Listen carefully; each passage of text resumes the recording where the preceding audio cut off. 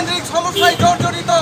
আমরা আজকের ওই 30শে জুন আপনারা জানেন 1855 সালে বিবেকানন্দ চাঁদ ভৈরবের নেতৃত্বে সাঁওতাল বিদ্রোহ দিবস ঘটিত হয়েছিল।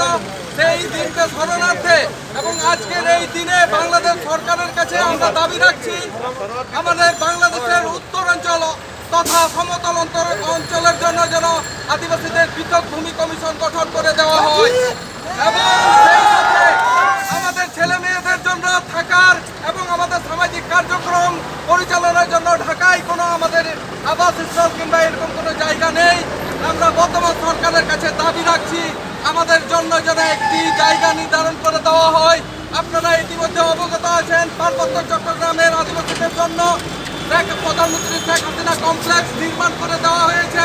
আমরা সেই আদলে একটি কমপ্লেক্স কিংবা কনভেনশন হলের দাবি জানাচ্ছি। আজকে এই 1855 সালের বিবেকানন্দ তথা সাঁওতাল বিদ্রোহ দিবস উপলক্ষে ইঞ্জিনিয়ার্স ইনস্টিটিউটে একটি আলোচনা সভা এবং সাংস্কৃতিক অনুষ্ঠানের আয়োজন করা হয়েছে।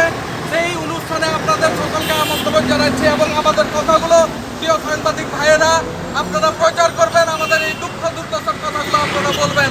আমি উত্তরবঙ্গ আদিবাসী ফোরামের সাধারণ সম্পাদক অ্যাডভোকেট প্রভাত টুডু আপনাদের সকলকে ধন্যবাদ জানাচ্ছি। ধন্যবাদ সকলকে।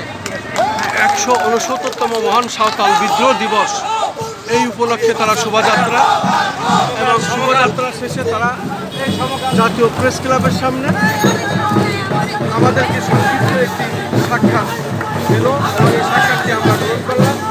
আমি খন্দকার জাতীয় প্রেস ক্লাবের সামনে রাজধানী ঢাকা। আমি আমার চ্যানেলগুলির পক্ষ থেকে অনলাইন পোর্টালের সম্পাদক প্রকাশক থেকে আমি এটা প্রচার করলাম। আপনাদেরকে দেখার অনুরোধ রইল।